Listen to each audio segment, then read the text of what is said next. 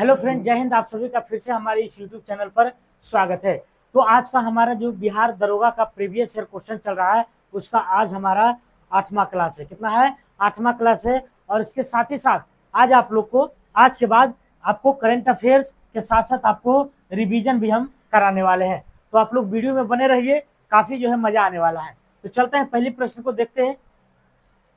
पहला प्रश्न कर रहा है, नौजवान भारत सभा की स्थापना किसने किया था? नौजवान, ये सभी जो है प्रीवियस ईयर क्वेश्चन पर आधारित है और इसके साथ साथ आपको करंट और लास्ट में हम रिवीजन का भी क्वेश्चन लेकर के आए हैं आप सभी के लिए। तो नौजवान भारत सभा की स्थापना किसने किया है? क्या हरदयाल सिंह ने किया है, चित्तरंजन दास ने, सुभाष चंद्र बोस ने, या तो फिर भगत सिंह ने? तो किसके द्वारा किया गया है बताइए। नौजवान सभा की अगर स्थापना के देखा जाए तो ये भगत सिंह के द्वारा, किसके द्वारा? भगत सिंह के द्वारा किया गया है। ये नौजवान सभा की स्थापना कब किया गया था? तो 1926 में। कब किया गया था? तो 1926 में।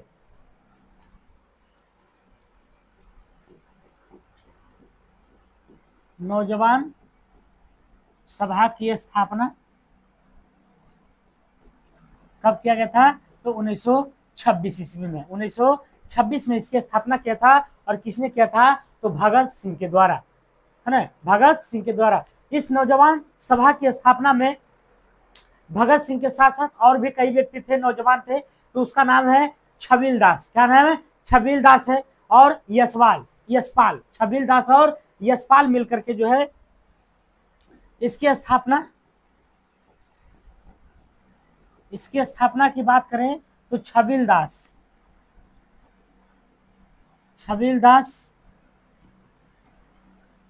तथा यशपाल और कौन थे? तो भगत सिंह तो ये थे। यशपाल, नौजवान ने मिलकर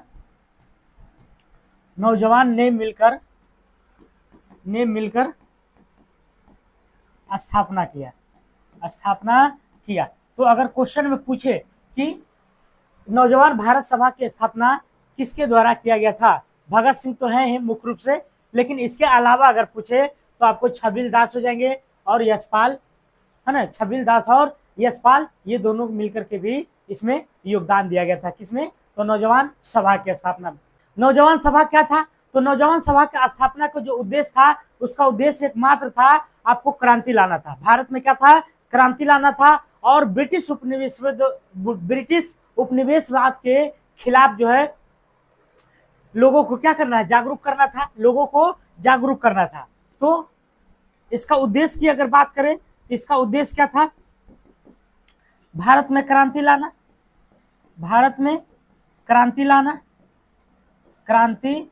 था तथा ब्रिटिश उपनिवेशवाद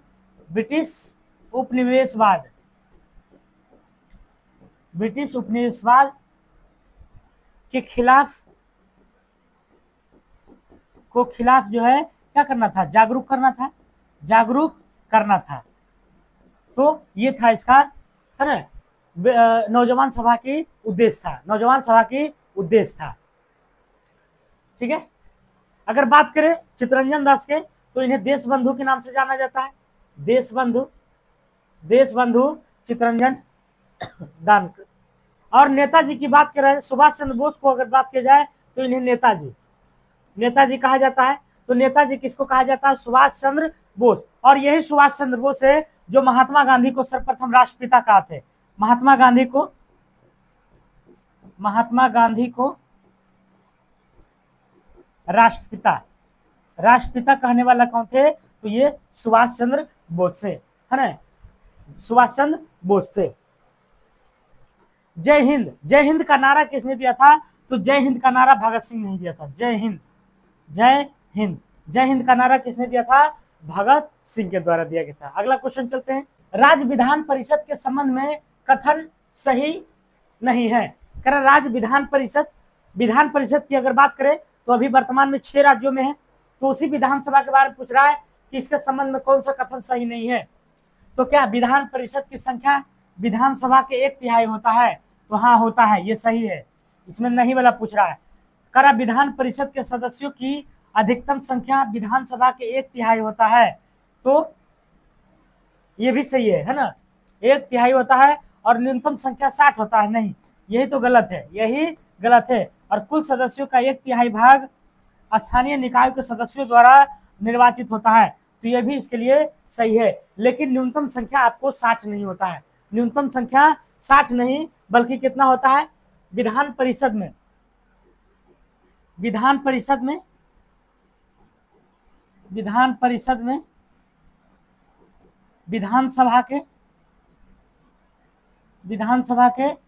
1/3 सदस्य होता है, 1/3 सदस्य।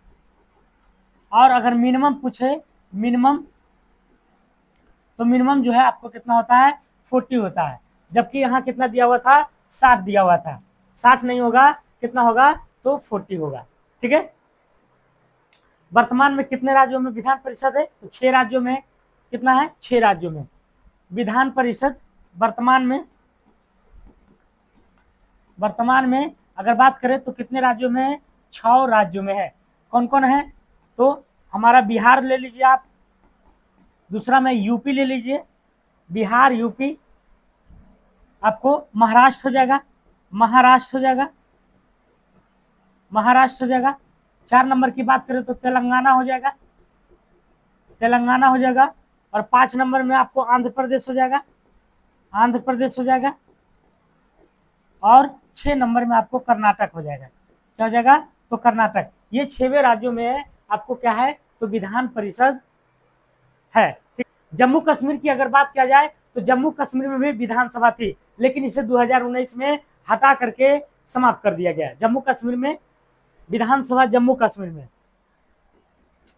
जम्मू एंड कश्मीर विधानसभा को 2019 में क्या कर दिया गया, समाप्त कर दिया, समाप्त कर दिया गया। इसको याद रखिएगा, पूछ सकता है कि अंतिम बार में जो है विधानसभा को समाप्त कहाँ किया गया है, तो इस जम्मू कश्मीर में, जम्मू कश्मीर में। और जम्मू कश्मीर अभी क्या है, तो एक केंद्र शासित प्रदेश के रूप में है।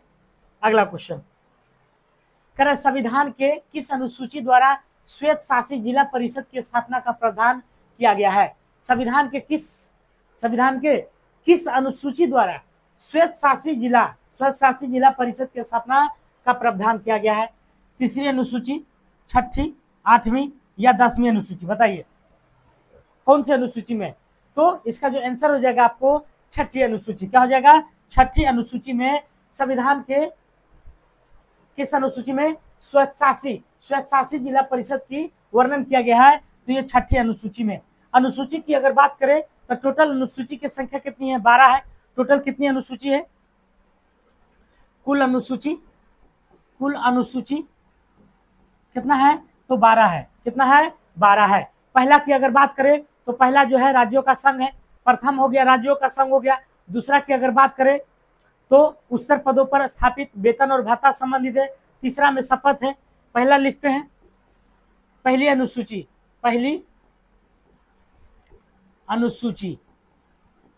अनुसूची में क्या है, तो आपको भारत क्या है, राज्यों का संघ है, भारत राज्यों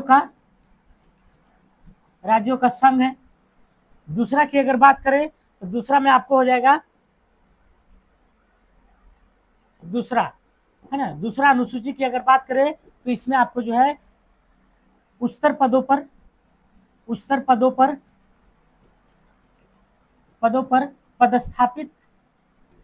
पदस्थापित का वेतन से संबंधित है। किससे संबंधित है, वेतन या भत्ता से। जैसे राज्यपाल हो गया, स्पीकर हो गए, राष्ट्रपति हो गए, ये सब क्या है, उच्चतर पदों पर हो गया। तो इसका जो है वेतन और भत्ते का वर्णन दूसरा अनुसूची में किया गया है। अगर तीसरा की बात करें तो तीसरा में क्या किया गया है, आपको तीसरा में जो है शपथ से संबंधित है, शपथ है। और चौथा की अगर बात करें चतुर्थ का, तो चतुर्थ में क्या है बताइए। चतुर्थ में अगर बात करें तो चतुर्थ में आपका हो जाएगा राज्य में सीटों का बंटवारा हो जाएगा, राज्य में सीटों का बंटवारा हो जाएगा। चतुर्थ में राज्य में सीटों का बंटवारा, राज्य में सीटों का बंटवारा। सीटों का बंटवारा। और बात करें पांचवी की, तो पांचवी में आपको जो है, पांचवी में क्या है, तो एससी एसटी के जो है प्रशासन, पांचवी में क्या है, तो एससी एसटी के प्रशासन से संबंधित है। एससी एसटी के प्रशासन, एससी एसटी प्रशासन से संबंधित है, प्रशासन प्रशासन है। और छठी की अगर बात करें, तो छठी में जो है, छठी में त्रिपुरा, मिजोरम, मेघालय, त्रिपुरा, असम, त्रिपुरा, मेघालय और मिजोरम। असम त्रिपुरा, छठी में असम, त्रिपुरा, मेघालय हो गया, और मिजोरम हो गया, मिजोरम। इसका जो ट्रिक होता है एटीएम स्क्वायर होता है। क्या होता है? एटीएम स्क्वायर होता है। ए से हो गया आपको असम, टी से त्रिपुरा, एम से मेघालय, एम से मिजोरम। ये चारों राज्यों में जो है आपको जनजाति के प्रशासन से, सॉरी, इन चारों राज्यों में जनजाति के प्रशासन से संबंधित है ना। असम, त्रिपुरा, मेघालय और मिजोरम के प्रशासन से, किससे संबंधित है? प्रशासन से। सातवीं की अगर बात करें तो सूचियों का बंटवारा है ना। क्या है? सूचियों का बंटवारा, सूचियों का बंटवारा, जैसे संघ सूची में, संवर्ती सूची में, है ना। ये सब जो है सूचियां है कि संघ सूची में है कि संवर्ती सूची में है, इस सब का बंटवारा आपको किसमें मिलता है? सातवीं में। अगर आठवीं की बात करें तो आठवीं में भाषा है। आठवीं में क्या है? भाषा है। आठवीं में आपको भाषा से संबंधित है, भाषा से। और नौवीं की अगर बात करें, नौवीं के, तो नौवीं में क्या है? नौवीं में जो है आपको क्या मिलेगा? तो भूमि सुधार एवं जमींदारी प्रथा का उन्मूलन, भूमि सुधार से संबंधित है नौवीं में। भूमि सुधार किसमें है? या तो फिर जमींदारी प्रथा उन्मूलन, प्रथा उन्मूलन है, ठीक है। और यहाँ पर हम लिख देते हैं 10वीं। तो 10वीं में है क्या आपको? तो 10वीं में है आपको दल बदल है, 10वीं में दल बदल है। और 11वीं की अगर बात करें तो 11वीं अनुसूची में क्या है आपको? पंचायत से संबंधित है। किससे है? पंचायत से संबंधित है। और 12वीं अनुसूची की अगर बात करें, 12वीं अनुसूची के, तो जो है नगर पालिका से संबंधित है, नगर पालिका से। तो ये 12 अनुसूचियां आपको याद रखना है ना, एक जबान पर। तो एक बार हम रिपीट करते हैं। पहली अनुसूची की बात करें, अनुसूची कितना है? तो 12 है। पहली अनुसूची में क्या है? तो भारत राज्यों का संघ है। दूसरी अनुसूची में जो है वेतन और भत्ता से संबंधित है। और तीसरी अनुसूची की अगर बात करें तो तीसरी अनुसूची में जो है आपको शपथ से संबंधित है। और चतुर्थ में है राज्यसभा में सीटों का बंटवारा है, राज्यसभा में सीटों की बंटवारा। और पांचवी की बात करें तो एससी एसटी के प्रशासन से संबंधित है। और छठे में 4 राज्य है, असम, त्रिपुरा, मेघालय और मिजोरम के प्रशासन से संबंधित है। और सातवीं की बात करें तो सूचियों का बंटवारा है, केंद्र सूची में है कि राज्य सूची में है। और आठवीं की बात करें तो आठवीं में जो है भाषा से संबंधित है। और नौवीं में जो है क्या है? तो जमींदारी उन्मूलन या भूमि सुधार। और 10वीं में दल बदल, 11वीं में पंचायती राज व्यवस्था संबंधित है। और 12वीं में नगर पालिका से संबंधित है। 12 को आपको याद रखना है। अगला क्वेश्चन, एफ्ला विष का उत्पादन होता है किसके द्वारा? जीवाणु, शैवाल, विषाणु या कवक के द्वारा। तो एफ्ला विष है ना, पीछे भी पढ़ा है कि एफ्ला कि कवक के जो विष होता है उसको क्या कहते हैं? एफ्लाटॉक्सिन कहलाता है। कवक के विष को एफ्लाटॉक्सिन कहते हैं या एफ्ला कहते हैं। कवक के विष को एफ्लाटॉक्सिन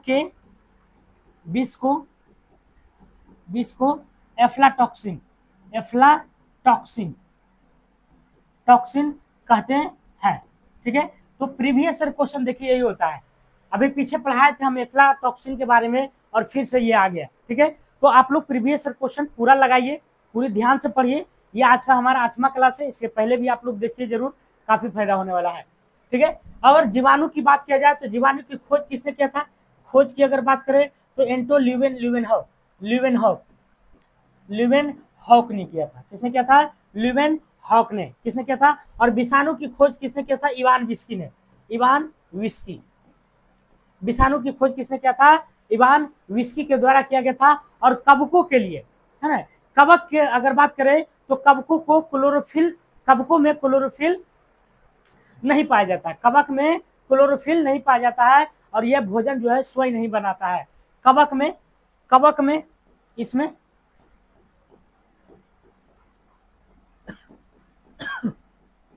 क्लोरोफिल नहीं पाया जाता है ना, क्लोरोफिल नहीं पाया जाता है। जब क्लोरोफिल नहीं पाया जाता है तो ये अपना भोजन कैसे बनाएगा, क्योंकि भोजन बनाने के लिए प्रकाश संश्लेषण की आवश्यकता होती है और प्रकाश संश्लेषण में जो है क्लोरोफिल की आवश्यकता होती है, मतलब हरा भरा होना आवश्यक है। तो कह सकते हैं इसको कि कवक एक क्या है, परपोषी है ना। कवक कैसा है, तो ये स्वयं नहीं बना पाता है तो यह परपोषी है। कवक कैसा है, यह जो है परपोषी है, मतलब किसी दूसरे पर आधारित रहता है भोजन के लिए, किसी दूसरे पर आधारित रहता है अपने भोजन के लिए, तो क्या कहलाता है, परपोषी कहलाता है। ठीक है, लेकिन अगर शैवाल की बात करें तो शैवाल की अगर बात करें तो शैवाल जो है क्या है, क्लोरोफिल युक्त है। शैवाल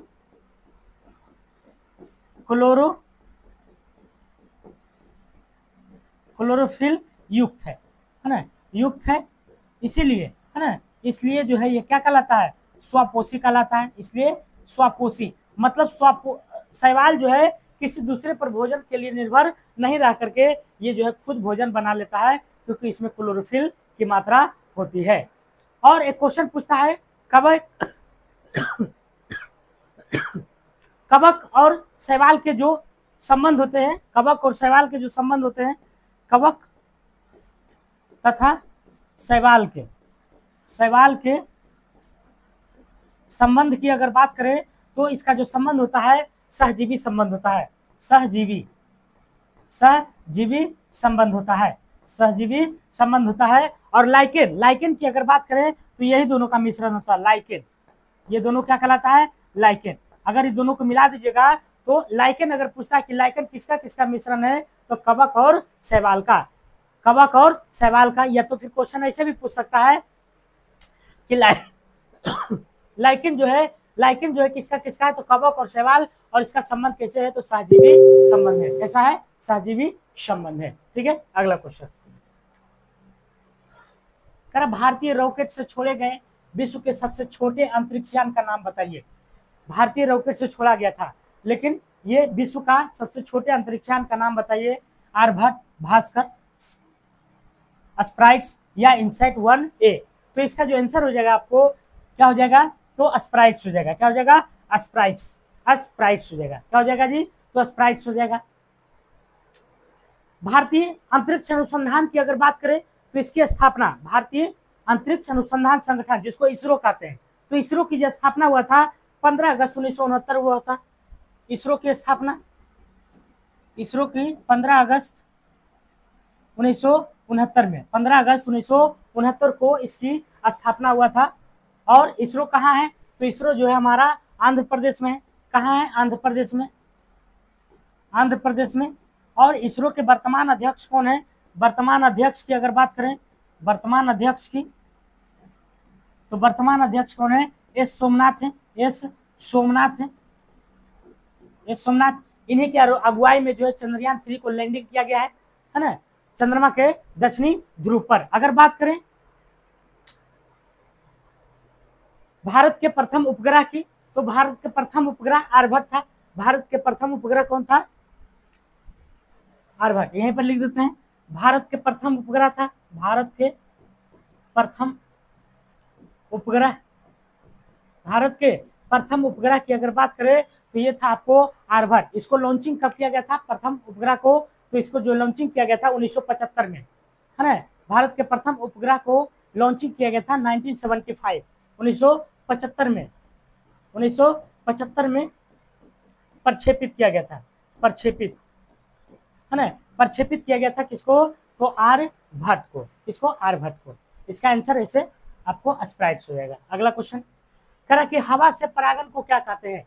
हवा से परागण मतलब हवा से जो जन्म ले लेता है ना, उसी को परागण। तो कह रहा हवा से परागण को क्या कहते हैं, वायु परागण, परागण, है ना, वायु परागण, स्वयुग्मन, कीट परागण, पक्षी परागण। तो हवा से जो परागण होता है उसे वायु परागण कहते हैं। क्या कहता है, वायु परागण। वायु से परागन को वायु परागन कहते हैं।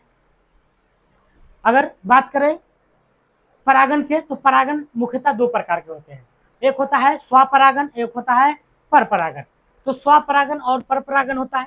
परागन की बात करें तो एक जो है स्वपरागन, स्वपरागन, और दूसरा की बात करें तो ये होता है परपरागन, परपरागन, है ना।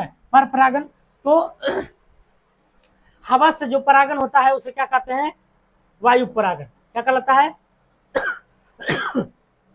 वायु परागन कहलाता है। हवा से परागन को वायु परागन। परागन की क्रिया जल, वायु तथा कीटों में होता है। परागन की जो प्रक्रिया होती है, इसकी प्रक्रिया की बात करें तो जल में, वायु में और कीट में होता है, तथा कीट में। परागन की प्रक्रिया कहाँ कहाँ होती है, तो आपको कहाँ, तो जल में, वायु में तथा कीट में। तो परागन की प्रक्रिया कहाँ कहाँ होती है, तो आप बताना है जल में, वायु में, कीट में, जल में, वायु में तथा कीट में। अगर बात किया जाए पक्षी द्वारा परागन को क्या कहते हैं, तो पक्षी परागन। पक्षी द्वारा परागन को पक्षी परागन कहलाता है। पक्षी द्वारा परागन, पक्षी द्वारा परागन को क्या कहते हैं, तो पक्षी परागन, पक्षी परागन, है ना। इसको कहा जाता है ऑरिन्थोफिली, ऑरिन्थोफिली,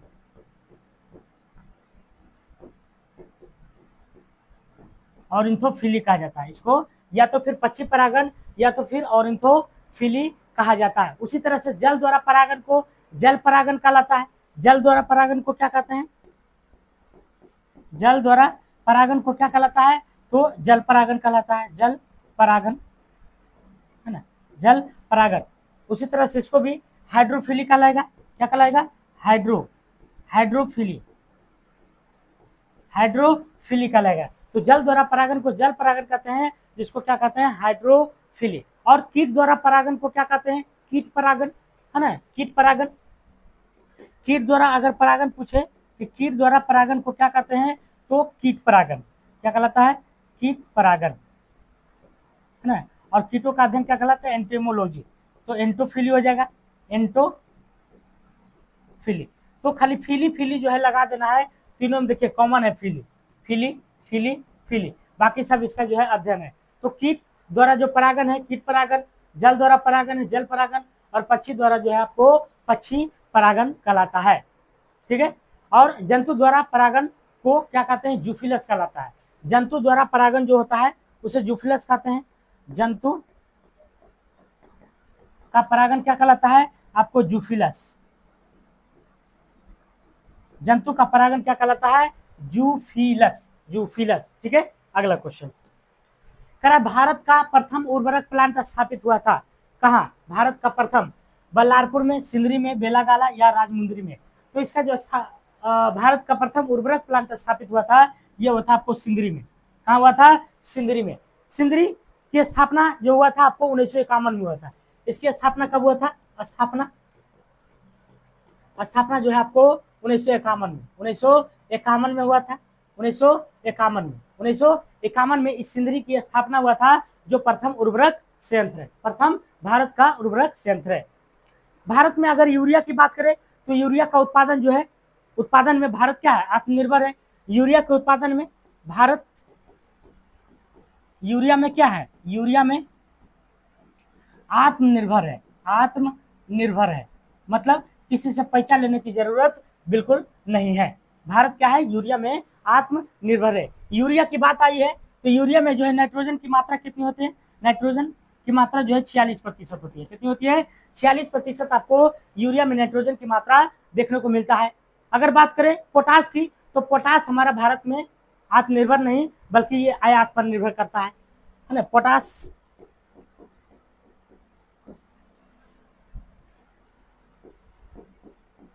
पोटास भारत जो है आयात पर डिपेंडेंट है। किस पर है, आयात पर निर्भर करता है। ठीक है। तो पोटास की अगर बात करें तो भारत किस पर, आयात पर, मतलब इसको भारत को मंगाना पड़ता है। ठीक है। आगे चले, अगला क्वेश्चन देखते हैं। कह रहा कि नीति आयोग के प्रथम उपाध्यक्ष कौन थे, तो हसमुख अधिया, राजीव शुक्ला, अरविंद पनगड़िया, राजीव कुमार। तो इसका जो आंसर हो जाएगा अरविंद पनगड़िया हो जाएगा। क्या हो जाएगा? अरविंद पनगड़िया, जो कि क्या थे? तो नीति आयोग के प्रथम उपाध्यक्ष के थे। नीति आयोग के प्रथम उपाध्यक्ष थे। इस नीति आयोग की स्थापना कब हुआ था? नीति आयोग की स्थापना, नीति आयोग की स्थापना अगर देखा जाए तो 1 जनवरी 2015 को हुआ था। किसके स्थान पर? तो योजना आयोग के स्थान पर, योजना आयोग के स्थान पर, है ना, स्थान पर इसकी स्थापना किसके हुआ था? तो नीति आयोग के। नीति आयोग की बात करें तो इसके अध्यक्ष कौन होते हैं? अध्यक्ष की बात करें तो इसके बाद अध्यक्ष होते हैं आपको प्रधानमंत्री होते हैं, प्रधानमंत्री होते हैं। नीति आयोग के अध्यक्ष कौन होते हैं? प्रधानमंत्री। और वर्तमान में नीति आयोग के उपाध्यक्ष कौन है? सुमन बेरी हैं। वर्तमान में उपाध्यक्ष कौन है नीति आयोग के? उपाध्यक्ष तो उपाध्यक्ष अगर देखेंगे तो आपको सुमन बेरी जो है वर्तमान में नीति आयोग के उपाध्यक्ष हैं। और अध्यक्ष कौन होते हैं? आपको प्रधानमंत्री होते हैं। ठीक है, तो ये था आपको नीति आयोग। अगला क्वेश्चन कह रहा कि विश्व के इतिहास में पहली परमाणु आपदा हुई थी। विश्व के इतिहास में पहली परमाणु आपदा जो हुई थी कब हुई थी ये बताना है। तो पहली परमाणु आपदा की बात करें तो क्या 16 अगस्त 1945, 26 अगस्त 1945, 8 अगस्त या 6 अगस्त। तो आप सभी को पता है कि सबसे पहले जो है बम फेंका गया था 6 अगस्त को, 6 अगस्त 1945 को, 6 अगस्त 1945 को। तो 6 अगस्त 1945 को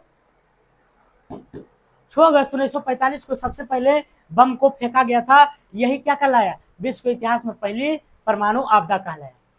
और दूसरा की बात करें तो दूसरा जो है आपको 9 अगस्त में, 6 अगस्त वाला जो हुआ था हिरोशिमा पर फेंका गया था। 6 अगस्त में कहाँ फेंका गया था? तो हिरोशिमा पर, हिरोशिमा पर। तो हिरोशिमा पर जो फेंका गया था आपका क्या नाम था? लिटिल बॉय था नाम, लिटिल बॉय। इस बम का नाम क्या था? तो लिटिल बॉय नाम था। जबकि 9 अगस्त 1945 को जो फेंका गया था, 9 अगस्त 1945 को जो फेंका गया था इसका, है ना, नागासाकी पर। कहाँ फेंका गया था? नागासाकी पर फेंका गया था। और कब उसका नाम क्या था? उसका नाम की अगर बात करें तो फाइटमैन था, फाइटमैन। तो लिटिल बॉय और फाइटमैन, पहले लिटिल मतलब पहले छोटका आएगा तो पहले 6 अगस्त आएगा, फिर आएगा आपको फाइटमैन मोटका आएगा तो आपको 9 आएगा, है ना। तो 6 अगस्त और 9 अगस्त को याद रखना है, पहले हिरोशिमा पर और दूसरा जो है आपको नागासाकी पर। ठीक है, अगर बात करें परमाणु बम की सर्वप्रथम बनाने की बात करें तो परमाणु बम को किसने बनाया था? ओपनहीमर ने। परमाणु बम का निर्माण किसने किया था सर्वप्रथम? परमाणु बम का निर्माण किसने किया था? ओपनहीमर ने।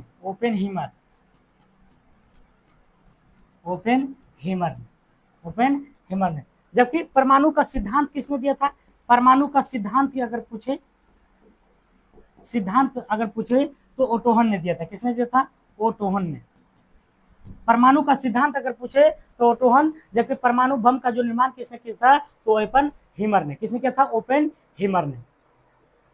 ठीक है, और अगर बात करें भारत में प्रथम परमाणु परीक्षण की तो कब हुआ था? भारत में प्रथम परमाणु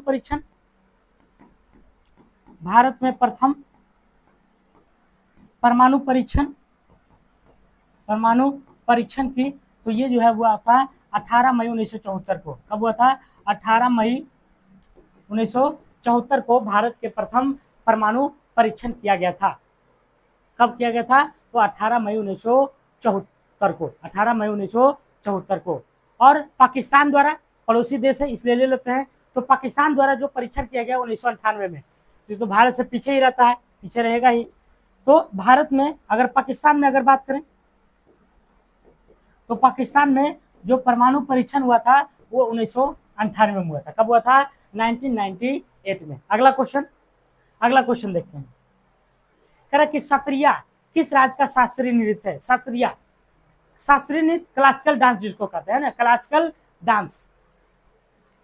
तो कह रहा है कि सत्रिया किस राज्य की शास्त्रीय नृत्य है? तो क्या मणिपुर से है, यूपी से है, असम से है या आंध्र प्रदेश से?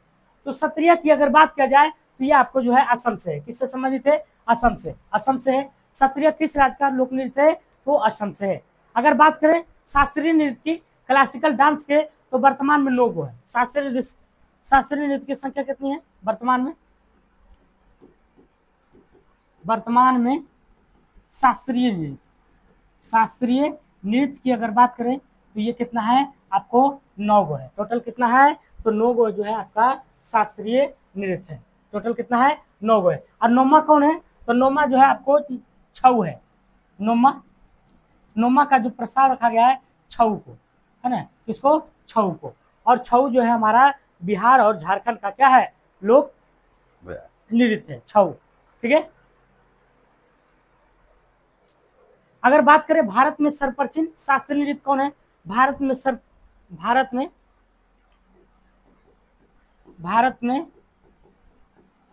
सर्वप्राचीन नृत्य की अगर बात करें तो नृत्य कौन हो जाएगा आपको? भरतनाट्यम। क्या हो जाएगा?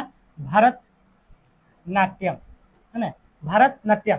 तो भरतनाट्यम है आपको भारत में सर्वप्राचीन नृत्य। तो सर्वप्राचीन अगर नृत्य पूछे तो भरतनाट्यम हो जाएगा। अगर बात करें भारत का एकमात्र ऐसा, है ना, शास्त्रीय नृत्य जो भारत का एकमात्र ऐसा जहां 2 शास्त्रीय नृत्य है, ऐसा राज्य जहां 2 शास्त्रीय नृत्य है, तो वो राज्य का नाम क्या है? तो केरल है। क्या नाम है? केरल। भारत का एकमात्र राज्य केरल में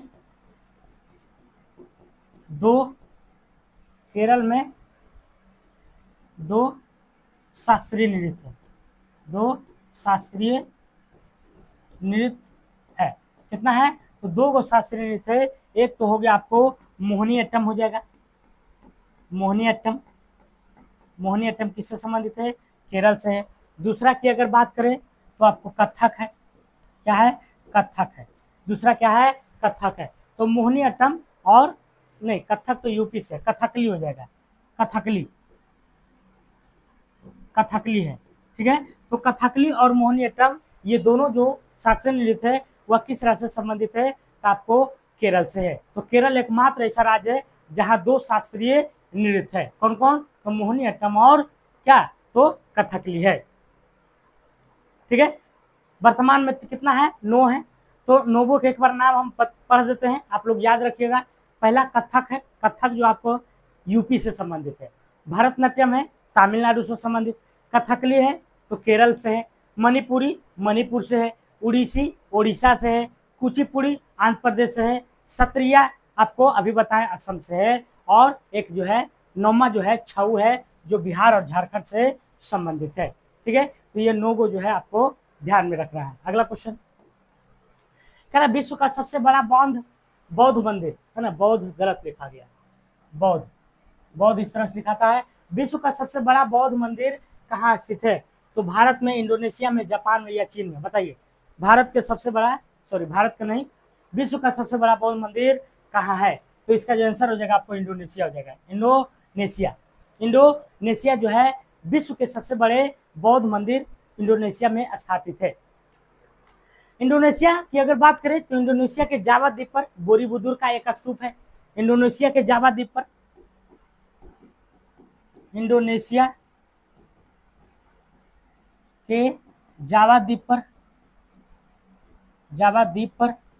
बोरीबुदुर का स्तूप है। क्या है? बोरीबुदुर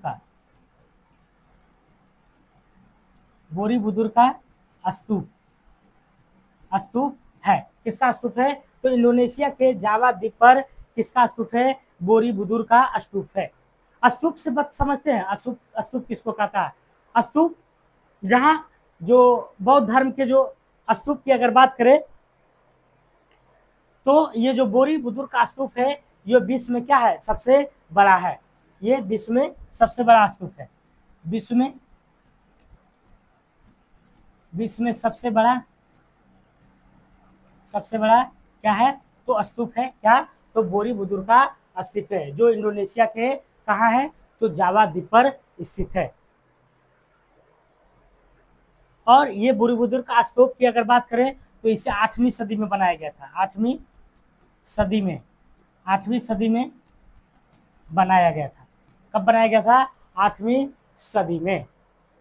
और बुद्ध स्तूप की बात करें तो बुद्ध के जो अवशेष है ना, बुद्ध के जो अवशेष पर बनाया गया स्मारक होता है उसी को स्तूप कहते हैं, है ना। स्तूप की अगर बात करें, बुद्ध के स्तूप पर बनाया गया स्मारक जो होता है, स्मारक, उसी को क्या कहते हैं? तो स्तूप कहलाता है। क्या कहलाता है?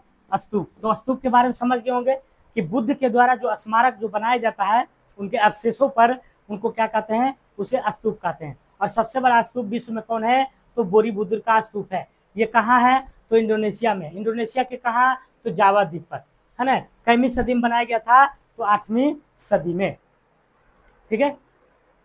और एक क्वेश्चन पूछता है कि बौद्ध धर्म के मंदिर को क्या कहते हैं? बौद्ध धर्म के मंदिर को क्या कहलाता है?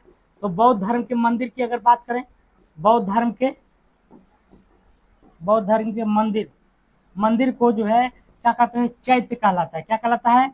चैत्य। बौद्ध धर्म के मंदिर को क्या कहते हैं? चैत्य कहलाते हैं। और सबसे बड़ा चैत्य जो है आपको कार्ले का चैत्य है। सबसे बड़ा चैत्य अगर पूछे, सबसे बड़ा चैत्य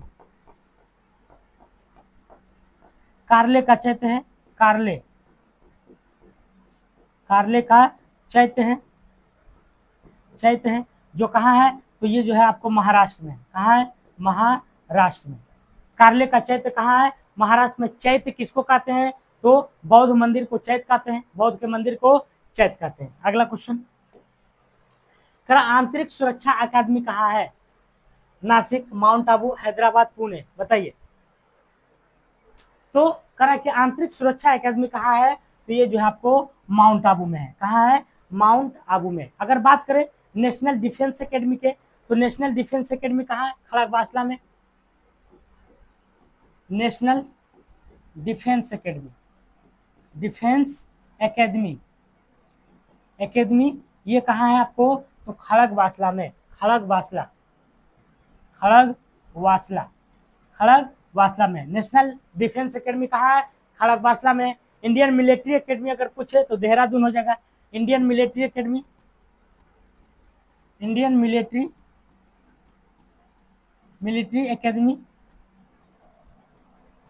कहाँ है? तो ये जो है आपको देहरादून में है। कहाँ है? देहरादून में। इंडियन मिलिट्री एकेडमी देहरादून में है। एयरफोर्स एकेडमी पर पूछे तो हैदराबाद में। Air force academy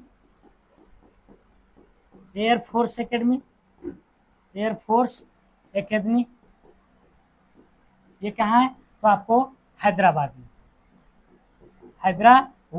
air force academy Hyderabad में। अगर पूछे कि नेवल एकेडमी कहाँ है? तो कोच्चि में है। नेवल एकेडमी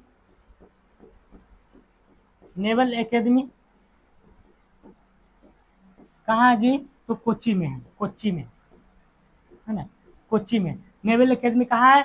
कोच्चि में। और आर्मी वार कॉलेज अगर पूछे तो मऊ में हो जाएगा। आर्मी वार कॉलेज कहाँ है? तो मऊ में। आर्मी वार कॉलेज कहाँ है? मऊ में। तो एक बार रिपीट करने की कोशिश कीजिएगा। आंतरिक सुरक्षा एकेडमी कहाँ है? तो माउंट आबू में। नेशनल डिफेंस एकेडमी कहाँ है? तो खड़गवासला में। इंडियन मिलिट्री एकेडमी कहाँ है? तो देहरादून में। एयरफोर्स एकेडमी आपको हैदराबाद में। नेवल एकेडमी कहाँ है? तो कोच्चि में। और आर्मी वार कॉलेज बात करें तो ये आपको हो जाएगा मऊ में। अगला क्वेश्चन, कह रहा सूरसागर क्या है? तो सूरसागर क्या है? तो सूरसागर जो है सूरदास की एक काव्य रचना है। क्या है? सूरदास की काव्य रचना है। सूरसागर क्या है? तो सूरदास की काव्य रचना है। अगर बात करें कबीरदास के, है ना, कबीरदास की, तो बीजक किसने लिखा है? बीजक की अगर रचयिता की बात करें तो कबीरदास हैं। बीजक के रचयिता कौन है? कबीरदास हैं। जैसे कवितावली, दोहावली और विनय पत्रिका जो पुस्तक है तुलसीदास के द्वारा। कवितावली और क्या?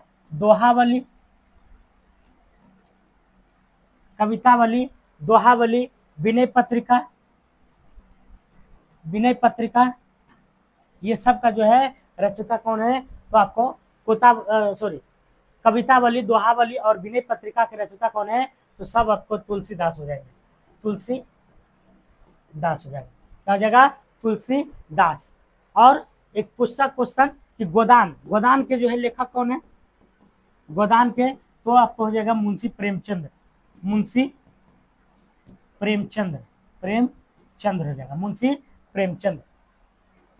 अगर गोरा की बात करें, गोरा के क्या हो जाएगा? RNT हो जाएगा, है ना। रविंद्रनाथ टैगोर के द्वारा जो है गोरा लिखा गया है। और अगर पूछे देवदास पुस्तक के लेखक कौन है? देवदास के लेखक कौन है? तो शरत चंद्र चट्टोपाध्याय। क्या नाम है? शरत चंद्र चट्टोपाध्याय। शरत चंद्र चट्टोपाध्याय जो है आपको कौन है? तो देवदास के लेखक हैं। अगला क्वेश्चन, फरेजी आंदोलन की शुरुआत किसने किया था? फरेजी आंदोलन, तो फरेजी आंदोलन की अगर शुरुआत की बात करें तो इसका जो आंसर हो जाएगा हाजी शरियतुल्लाह। कौन है? हाजी शरियतुल्लाह के द्वारा फरेजी आंदोलन की शुरुआत किया गया था। किसके द्वारा? तो हाजी शरियतुल्लाह के द्वारा।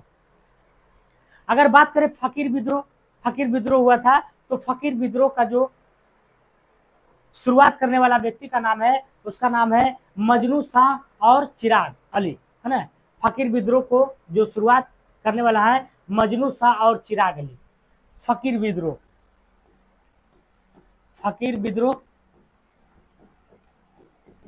के कौन है? तो आपको मजनू शाह हो जाएगा। फकीर विद्रोह का क्या हो जाएगा? मजनू शाह और चिराग अली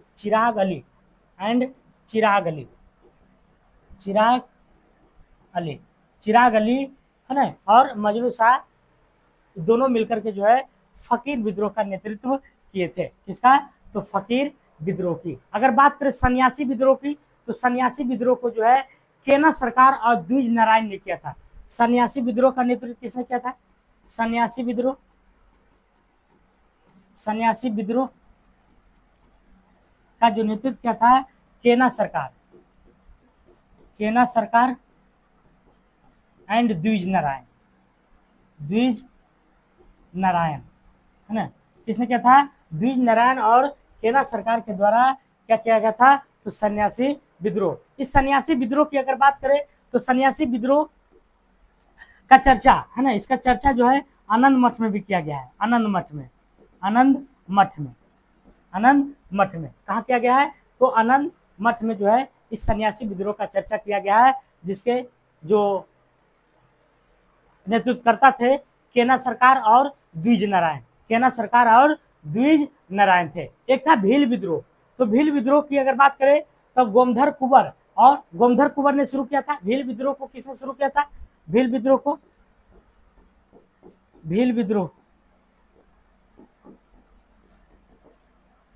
किसने किया था? गोमधर। किसने किया था? तो गोमधर ने किया था। गोमधर कुंवर। भील विद्रोह गोमधर कुंवर ने किया था। ठीक है। तो ये फरेजी आंदोलन की बात करें तो हाजी शरियतुल्लाह हो जाएगा। फकीर विद्रोह के मजनू शाह और चिराग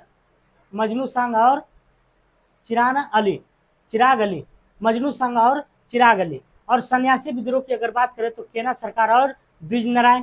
चर्चा, है ना, सन्यासी विद्रोह की चर्चा की बात करें तो आनंद मठ में किया गया है। और भील विद्रोह इसका जो है गोमधर कुंवर हो जाएगा। अगला क्वेश्चन, परिवर्तन के नियम के अनुसार परिवर्तन को मान आपतन कोण के बराबर क्या होगा? तो आंसर बोल दिए हैं बराबर। क्या हो जाएगा? बराबर। परिवर्तन के नियम के अनुसार परिवर्तन को आपतन कोण का कितना होगा? परिवर्तन कोण है, कोण यहाँ पर कट गया, कोण।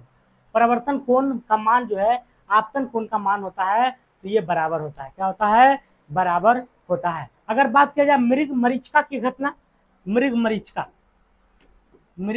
मरीचिका की जो घटना होती है कि घटना किसके कारण होती है? तो पूर्ण आंतरिक परिवर्तन। किसके कारण? पूर्ण आंतरिक परावर्तन। किसके कारण? तो पूर्ण आंतरिक परावर्तन के कारण मृग मरीचिका किसको कहते हैं? जैसे आप चलते हैं मोटरसाइकिल से रोड पर तो धूप ज्यादा रहता है, तो देखते हैं कि कुछ दूरी में जाकर के लगता है कि पानी जैसा दिख रहा है, लेकिन वो पानी नहीं रहता है, वह मृग मरीचिका की घटना रहता है। तो किसके कारण होता है? पूर्ण आंतरिक परावर्तन। तारों का टिमटिमाना अगर बात करें, तारों का टिमटिमाना बात करें तो ये किसके कारण है ना? प्रकाश के अपवर्तन के कारण, प्रकाश के अपवर्तन के कारण हो जाएगा। और अगर बात करें कि पानी में है ना, पानी के बीकर में या तो फिर बाल्टी में क्षण टेढ़ी प्रतीत होता है। क्षण क्या होता है? टेढ़ी प्रतीत होता है। तो ये किसके कारण होता है? ये जो है आपको अपवर्तन के कारण ही होता है। किसके कारण? अपवर्तन के कारण होता है। ठीक है, तो परावर्तन के नियम के अनुसार परावर्तन कोण का मान आपतन कोण के क्या होगा? तो बराबर हो जाएगा। क्या हो जाएगा? बराबर। अगला क्वेश्चन कह रहा दूध सागर जलप्रपात कहाँ है? गोवा, उत्तराखंड, महाराष्ट्र, मध्य प्रदेश, कहाँ है बताइए? तो दूध सागर की अगर बात करें तो ये आपको गोवा में है। कहाँ है? गोवा में। दूध सागर कहाँ है? तो गोवा में। दूध सागर कहाँ है? गोवा में। ठीक है, अगर बात करें दूध सागर जलप्रपात की, तो दूध सागर जलप्रपात जो है मांडवी नदी पर स्थित है। कहाँ है? दूध सागर जलप्रपात, दूध सागर जलप्रपात किस नदी पर है? तो आपको मांडवी नदी पर, मांडवी नदी पर है ना? मांडवी नदी पर है। और चित्रकूट जलप्रपात पूछे तो आपको इंद्रावती पर है। चित्रकूट जलप्रपात,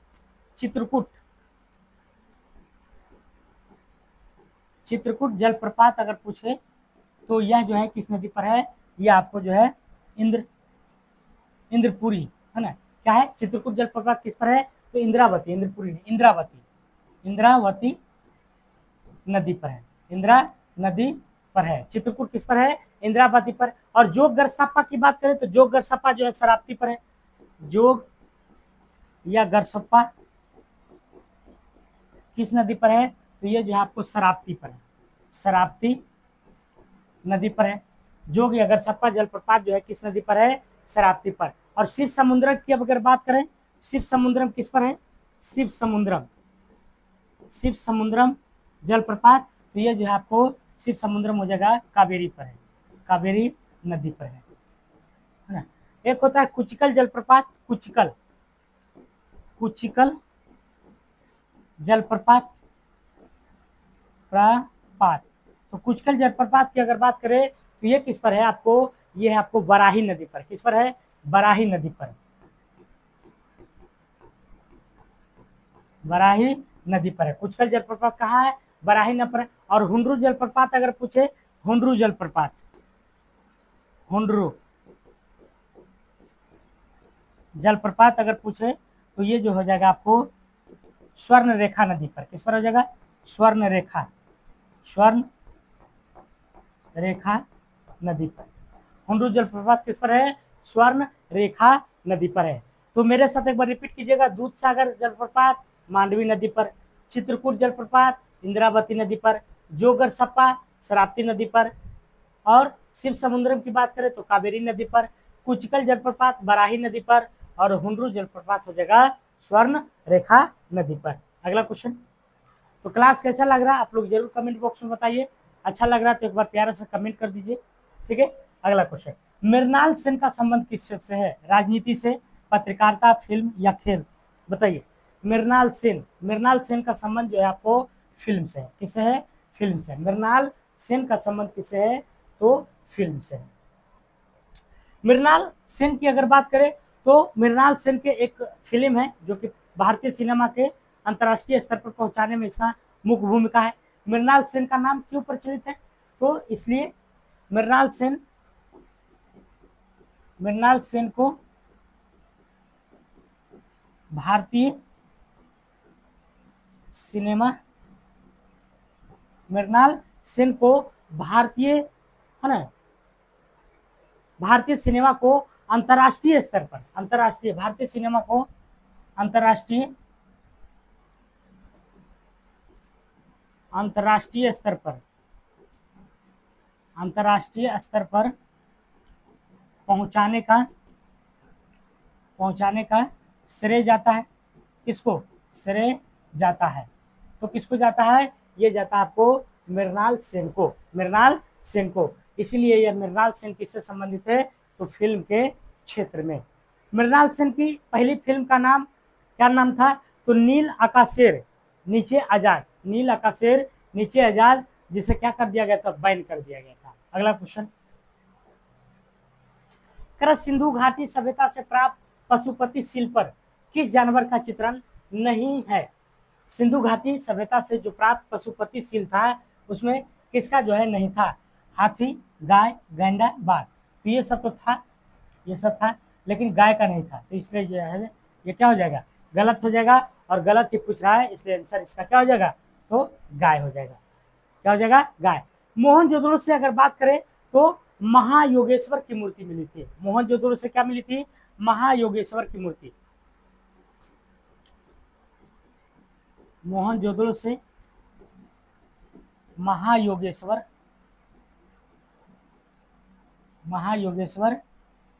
की मूर्ति मिली थी।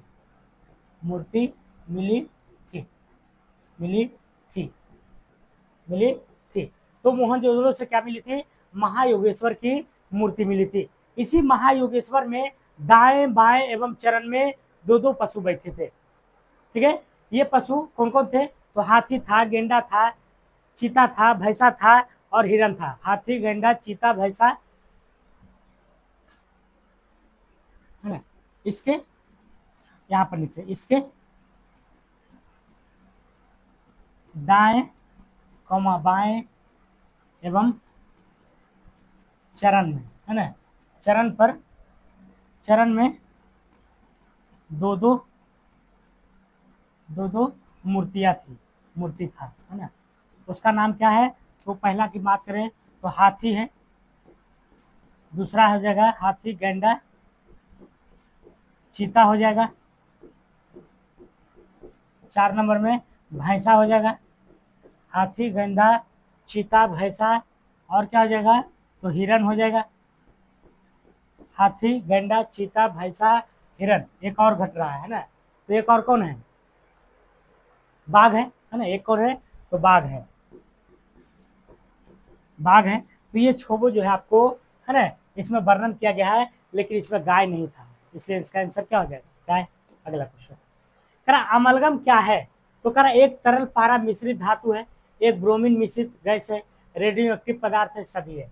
तो अमलगम की अगर बात करें तो अमलगम जो है क्या है? एक तरल पारा मिश्रित धातु है। मतलब पारा में अगर कोई अन्य चीज को अगर मिलाते हैं तो वह क्या कहलाता है? अमलगम कहलाता है। क्या कहलाता है? अमलगम। ठीक है, तो एक तरल पारा मिश्रित धातु है, क्या कहलाता है? अमलगम। पारा की अगर डिनोट करते हैं किससे? तो पारा को जो है, पारा को Hg, है ना, पारा को Hg से। और पारा एक ऐसी धातु है, इसे यह जो है कमरे के ताप पर द्रव अवस्था में रहती है, कैसी रहती है? तो यह कमरे के ताप पर आपको द्रव अवस्था मिलेगी, उसका क्या नाम है? पारा है। ठीक है, पारा का मुख्य अयस्क अगर पूछे तो सिनेबार हो जाएगा। इसका अयस्क की अगर बात करें, तो इसका अयस्क का नाम है आपको सिनेबार है। क्या है? पारा के अयस्क का नाम क्या है? सिनेबार है। और पारा का अपेक्षिक घनत्व अगर पूछे, पारा का अपेक्षिक घनत्व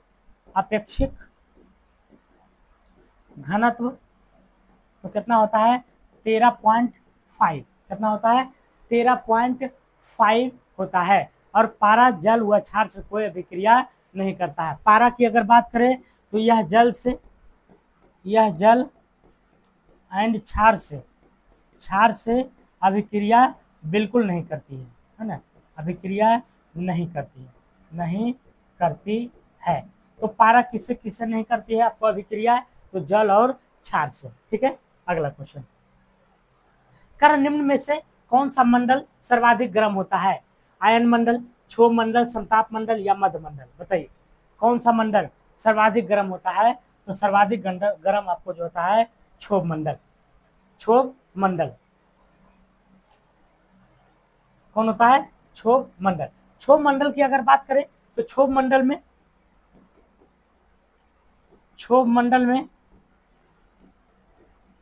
वायुमंडलीय घटना होती है। वायुमंडलीय घटना होती है। जैसे वर्षा हो गया, आंधी हो गया, है ना, तूफान हो गया, ये सब किस में होती है? तो क्षोभ मंडल में होता है। क्षोभ मंडल को अधोमंडल भी कहते हैं। क्षोभ मंडल को अधोमंडल कहते हैं, संवहन मंडल कहते हैं, या निचले मंडल का कहते हैं। क्षोभ मंडल को, है ना, इसे अधोमंडल और क्या कहते हैं? निचला मंडल कहते हैं। क्या कहते हैं? अधोमंडल और निचला मंडल भी कहा जाता है किसको? क्षोभ मंडल को। ठीक है। आयन मंडल की अगर बात करें तो ये जो है संचार के लिए प्रसिद्ध है। आयन मंडल, यह मंडल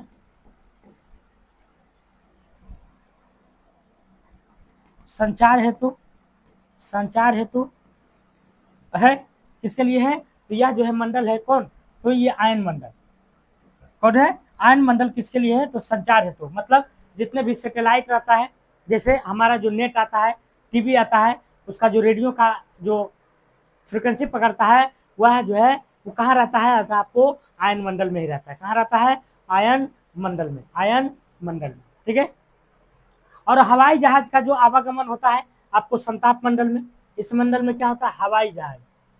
हवाई जहाज का यातायात लिख दीजिए, है ना, यातायात होता है। हवाई जहाज का यातायात होता है। मध्य मंडल को ओजोन मंडल कहते हैं। इसे क्या कहते हैं? ओजोन मंडल। ठीक है। आगे चले, अगला क्वेश्चन। अगला है अब करंट अफेयर्स। तो करंट अफेयर्स की जो है सीरीज अब चलते हैं, देखते हैं करंट अफेयर्स में क्या क्या है। करंट अफेयर्स में है भारत के मुख्य न्यायाधीश कौन है?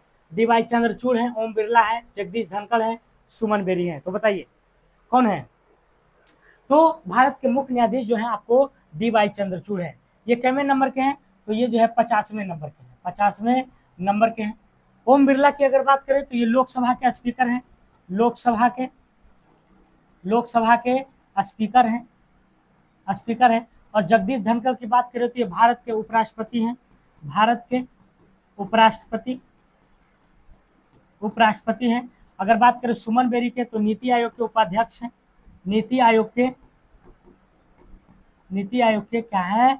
तो उपाध्यक्ष है। ठीक है। अगला क्वेश्चन, पहले भारतीय जो बीमस्टेक के महासचिव बने हैं? पारुल चौधरी, राकेश मोहपात्र, इंदिरामणि पांडे, एस जयशंकर। तो एस इंदिरामणि पांडे हो जाएगा। क्या हो जाएगा? इंदिरामणि पांडे। पहले भारतीय जो बीमस्टेक के महासचिव है इंदिरामणि पांडे। बीमस्टेक की अगर बात किया जाए तो बीमस्टेक जो है क्या है? तो यह इसका जो है बंगाल की खाड़ी, बहुक्षेत्रीय, तकनीकी और आर्थिक सहयोग के लिए। बीमस्टेक में टोटल जो है 7 सदस्य है। इस बीमस्टेक में टोटल सदस्य की अगर बात करें तो 7 सदस्य है। टोटल कितना सदस्य है? तो टोटल आपको 7 सदस्य है। और इसके मुख्यालय की अगर बात करें, इसके मुख्यालय के, तो इसका मुख्यालय कहाँ है? मुख्यालय की अगर बात करें तो ढाका है। कहाँ है?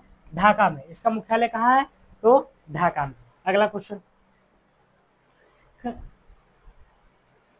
जेनेवा में भारत के नए अस्थायी राजदूत कौन है? इंद्रमणि पांडे, अरविंद बागची, नागराज नायडू, रुचिरा कंबोज। तो कौन है बताइए? इसका आंसर हो जाएगा आपको अरविंदम बागची। क्या हो जाएगा? अरविंदम बागची। ठीक है। अगला क्वेश्चन, WHO ने लोगों के भोजन में 30% नमक कम करने का लक्ष्य रखा है।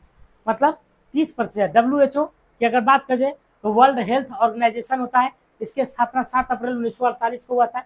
इस WHO की स्थापना की बात करें तो 7 अप्रैल 1948 में हुआ था। 7 अप्रैल 1948 में हुआ था। तो WHO ने एक लक्ष्य निर्धारित किया है कि लोगों को नमक खाने में 30% की कमी लानी होगी, नहीं तो लोग बहुत ज्यादा ही बीमार हो जाएंगे नमक के कारण।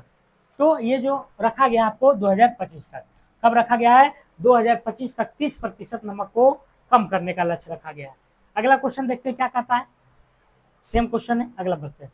WHO ने किस भारतीय को टीबी के लिए रणनीतिक और तकनीकी सलाहकार नियुक्त किया है?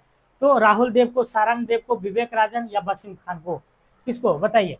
WHO ने, WHO के बारे में अभी बताए थे। तो WHO ने किस भारतीय को टीबी के लिए राजनीतिक और तकनीकी सलाहकार नियुक्त किया है? तो ये दिया था आपको सारंग देव को। किसको दिया था? सारंग देव को। ठीक है, अगला क्वेश्चन, अगला है, भारत की अध्यक्षता में जुलाई 2023 में आयोजित एससीओ शिखर सम्मेलन की थीम क्या थी? एससीओ जो शिखर सम्मेलन हुआ है भारत की अध्यक्षता में, तो भारत की अध्यक्षता में जो शिखर सम्मेलन हुआ था, क्या हुआ था? शिखर सम्मेलन। तो ये जो इसका थीम है, इसका थीम क्या था? संरक्षित एससीओ, सुरक्षित एससीओ, संगठन एससीओ या संगठित? तो बताइए इसका थीम क्या था? तो इसका क्या हो जाएगा? एससीओ, है ना, सुरक्षित एससीओ। मतलब एससीओ को क्या रखना है? तो सुरक्षित रखना है, सिक्योर रखना है। ठीक है। संघाई सहयोग संगठन की अगर बात करें तो संघाई सहयोग संगठन का 9वां सदस्य बन गया है ईरान। इसका 9वां सदस्य कौन है? इसका 9वां सदस्य, 9वां सदस्य की अगर बात करें तो 9वां सदस्य कौन है? ईरान है, ईरान है। ठीक है, ये सब क्वेश्चन जो है आपको पूछने की पूरी संभावना है। और इसकी स्थापना अगर पूछे तो 15 जून 2001 में हुआ था। इसकी स्थापना हुआ था 15 जून 2001 में। 15 जून 2001 में इसकी स्थापना हुआ था। किसकी? एससीओ की। ठीक है, अगला क्वेश्चन, G20 की स्थापना के बाद पहली बार 2023 में विस्तार हुआ, इसका 21वां सदस्य कौन बन गया? है ना, 21वां सदस्य कौन बन गया है? तो G20 की अध्यक्षता हमारे भारत के द्वारा किया गया था 2023 का। तो G21 की अध्यक्षता जो अभी होगी वह होगी दक्षिण अफ्रीका में, साउथ अफ्रीका में। तो कह रहा है कि इसका 21वां सदस्य कौन बन गया है? 21वां सदस्य एशियाई संघ, अफ्रीकी संघ, बांग्लादेश, नाटो। बताइए 21वां सदस्य बनने वाला कौन है? तो इसका जो नाम है आपको अफ्रीकी संघ है, अफ्रीकी संघ है। इस अफ्रीकी संघ की बात करें तो इसमें जो है कितने देश हैं? इसमें अगर बात करें तो टोटल 55 देश हैं। इसमें कितने हैं? 55 देश हैं। G20 की अगर बात करें इसका अगला बैठक कब होगा? अगला बैठक कहाँ होगा, है ना? तो ये होगा आपको साउथ अफ्रीका में। कहाँ होगा? साउथ अफ्रीका में। ठीक है, अब आ गया रिवीजन सीरीज। ठीक है, तो रिवीजन सीरीज की ओर चलते हैं, देखते हैं क्वेश्चन क्या कहता है। आप लोग आंसर दीजिएगा इसका। दो चाला और चौचाला स्थापत्य कला का संबंध किस राज्य से है? दो चाला और चौचाला स्थापत्य कला का संबंध किस राज्य से है? तो इसका जो संबंध है आपको किससे है? पश्चिम बंगाल से। किससे है? पश्चिम बंगाल से। ये एक्चुअली में दो चाला और चौचाला जो है यह एक मंदिर को डिनोट कर रहा है। किसको कर रहा है? ये दो चाला और चौचाला यह मंदिर को, है ना, मंदिर से संबंधित है। किससे है? यह मंदिर से संबंधित है, है ना। दो महला जो मंदिर रहता है, दो महला मंदिर को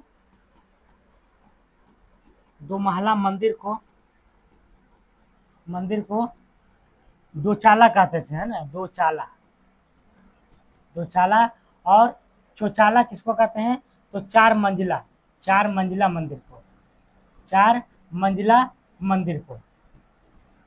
मंदिर को क्या कहलाता है? तो चौचाला कहलाता था। अगला क्वेश्चन है, भारतीय ब्रह्म समाज के संस्थापक कौन है? तो भारतीय यहाँ लग गया, ब्रह्म समाज खाली पूछता तो हो जाता राजा राम मोहन राय 1828 में, लेकिन यहाँ पर भारतीय लगा गया है। तो भारतीय की अगर बात पूछे तो केशवा चंद्र सेन हो जाएंगे। कौन हो जाएंगे? केशवा चंद्र सेन हो जाएंगे। केशवा चंद्र सेन। भारतीय ब्रह्म समाज के संस्थापक कौन है? केशवा चंद्र सेन। ब्रह्म समाज की अगर बात करें तो इसके 2 नेता थे, देवेंद्र नाथ ठाकुर और केशवा चंद्र सेन थे। लेकिन 1866 में इसमें क्या हुआ? मतभेद हो गया था। कौन कौन थे इसमें? तो देवेंद्र नाथ ठाकुर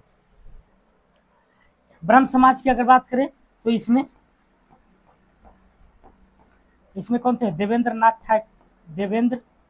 नाथ ठाकुर तथा केशवा चंद्र सेन थे। केशवा चंद्र सेन थे। लेकिन क्या हुआ 1866 में क्या हुआ? तो मतभेद हो गया और इसी मतभेद के उपरांत जो है केशवा चंद्र सेन ने भारतीय ब्रह्म समाज के संस्थापक किए थे। अगला क्वेश्चन, अगला है, देखते हैं क्या है। करण निम्न में से किस संस्कृति को मेलुहा नाम से जाना जाता है? कौन सी ऐसी संस्कृति है जिसको मेलुहा के नाम से जाना जाता है? तो उस संस्कृति का नाम बताइए, कौन सी सभ्यता या संस्कृति है? तो इसका नाम है सिंधु घाटी सभ्यता। क्या नाम है? सिंधु घाटी सभ्यता है। सिंधु घाटी सभ्यता। ये सब जो है पूरी क्वेश्चन आने की संभावना आपको है ना एसआई में। तो किस संस्कृति को मेलुहा नाम से जाना जाता है? ये जाना जाता है सिंधु घाटी सभ्यता को। और ये जो सिंधु घाटी संस्कृति का क्या है? एक प्राचीन नाम है ना क्या?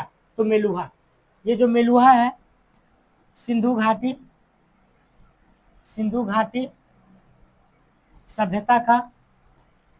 सभ्यता का क्या है? तो प्राचीन नाम है। क्या नाम है?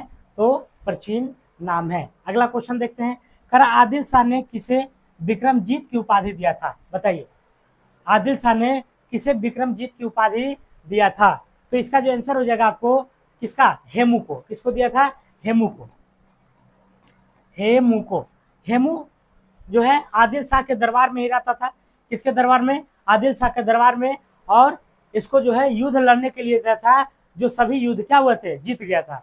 तो इसी युद्ध के उपलक्ष्य में इसे विक्रमजीत की उपाधि मिला था। क्या मिला था? विक्रमजीत की उपाधि। अगला क्वेश्चन, पुरंदर की संधि किसके बीच हुआ था? तो पुरंदर की संधि की अगर बात करें तो शिवाजी और जयसिंह के बीच में हुआ था। शिवाजी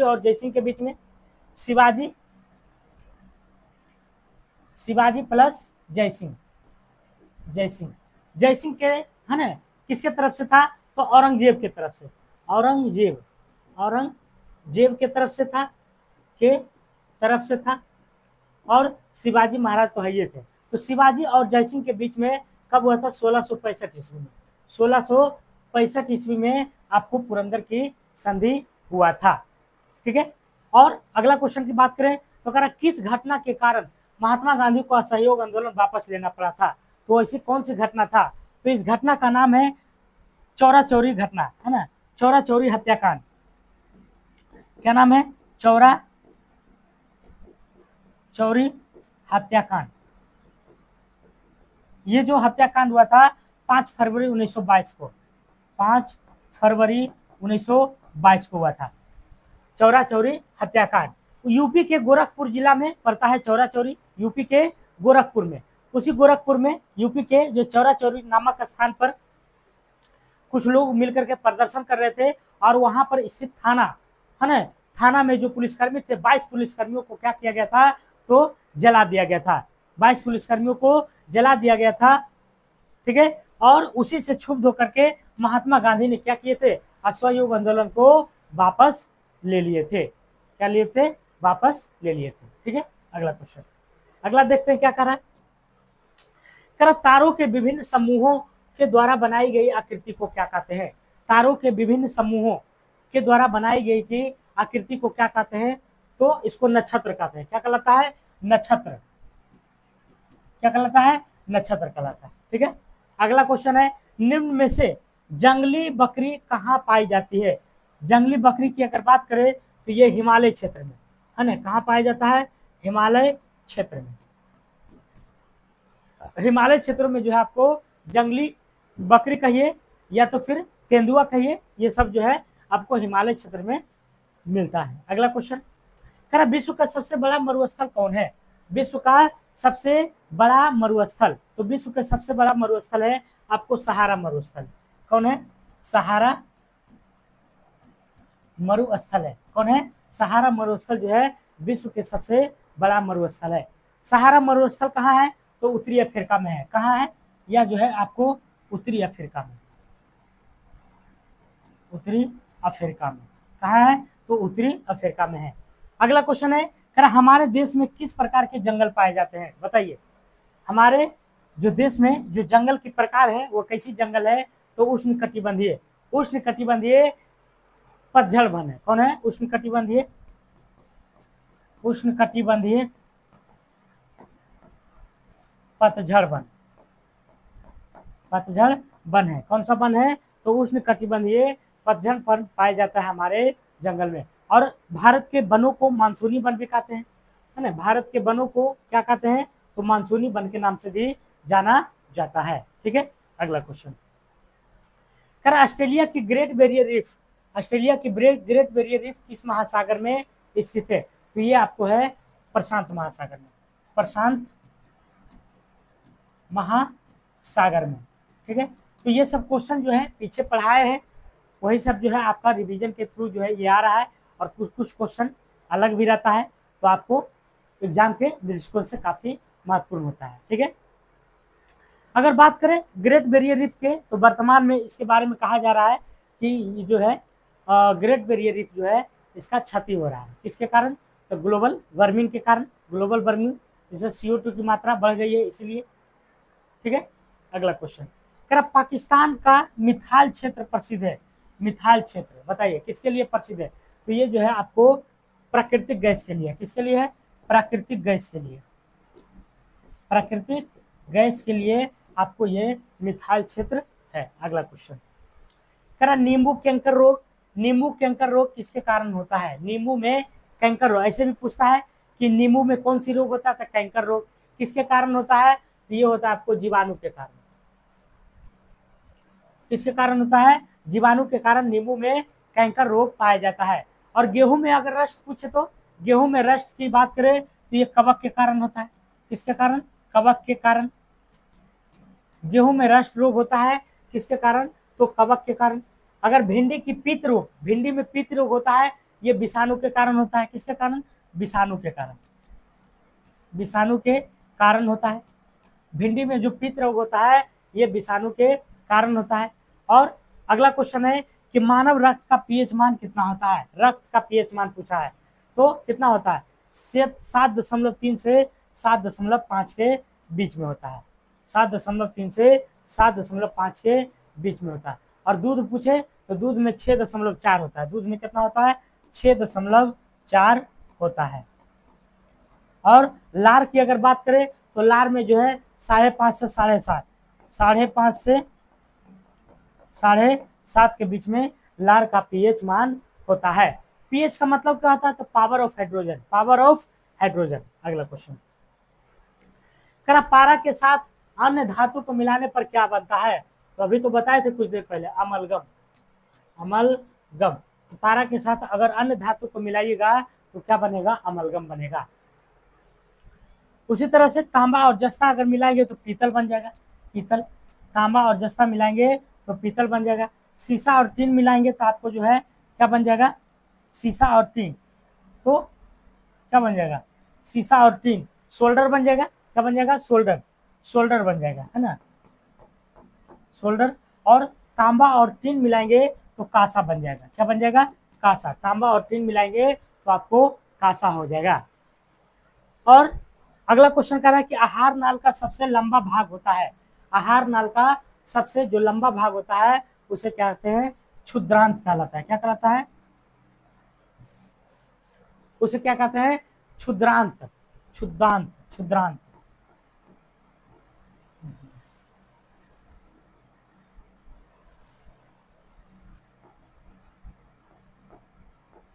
क्षुद्रांत कहलाता है। क्या कहलाता है?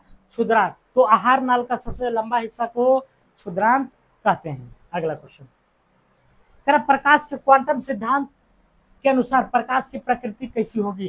प्रकाश के क्वांटम सिद्धांत के अनुसार प्रकाश की जो प्रकृति होगी वो जो है कण के समान, और ना ही कण के समान और ना ही तरंग के समान होगा।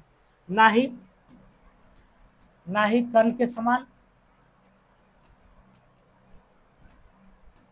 और ना ही तरंग के समान। तरंग के समान। तो इसका जो है ये आंसर हो जाएगा। ठीक है, अगला कह रहा है कि निकट दृष्टि दोष को दूर करने के लिए किस लेंस का प्रयोग करते हैं? तो ये जो है आपका हो जाएगा निकट में अवतल लेंस। क्या हो जाएगा? अवतल लेंस। अवतल लेंस को अभिसारी लेंस भी कहते हैं। इसे क्या कहते हैं? अभिसारी, अभिसारी लेंस भी कहते हैं। अवतल लेंस को क्या कहते हैं? तो अभिसारी लेंस के नाम से भी जाना जाता है। ठीक है, अगला क्वेश्चन कह किसी भी अपराध के लिए किसी भी अपराध का अंतिम निर्धारण कौन करता है? अपराध मान के चलिए आप चोरी कर लिए तो पुलिस पकड़ के लेके जाएगी, लेकिन पुलिस उसकी जान छानबीन करेगी, लेकिन न्याय का जो अंतिम निर्धारण होगा वो किसके द्वारा होगा? तो आपको न्यायालय के द्वारा। किसके द्वारा? न्यायालय के द्वारा। किसके द्वारा? तो न्यायालय के द्वारा जो है अंतिम निर्धारण किया जाएगा। ऑपरेशन ब्लू स्टार किससे संबंधित है? Blue star. तो ऑपरेशन ब्लू स्टार की अगर बात करें तो ये जो है आपको किससे संबंधित है बताइए? तो स्वर्ण मंदिर में जो सैन्य कार्रवाई हुई थी उसी से संबंधित है। ऑपरेशन ब्लू स्टार सैन्य मंदिर में, स्वर्ण मंदिर में, स्वर्ण मंदिर में सैन्य कार्यवाही हुए थे। सैन्य कार्यवाही, तो सैन्य मंदिर स्वर्ण मंदिर में जो सैन्य कार्यवाही था वह ब्लू स्टार से संबंधित है। किससे है? ब्लू स्टार से। ये जो स्वर्ण मंदिर में उग्रवादी लोग घुस गए थे, लगभग 1984 की घटना है, लगभग 1984 की ही घटना है। सिखों के जो स्वर्ण मंदिर है अमृतसर में, तो उसमें उग्रवादियों ने जो है हमला बोला था, और उसी में जो है ऑपरेशन ब्लू के तहत जो है सैन्य कार्यवाही चलाया गया था। ठीक है, तो आज का क्लास कैसा लगा जरूर बताइएगा। और ये वीडियो हमारा 6 बजे प्रतिदिन आपको शाम में अपलोड हो जाती है, और इसका बोर्ड PDF प्राप्त करने के लिए टेलीग्राम चैनल को डाउनलोड करके आप इसे डाउनलोड कर सकते हैं। ठीक है, टेलीग्राम चैनल को ज्वाइन करके। तो आज के लिए इतने ही दोस्तों, आप सभी को जय हिंद, जय भारत, धन्यवाद।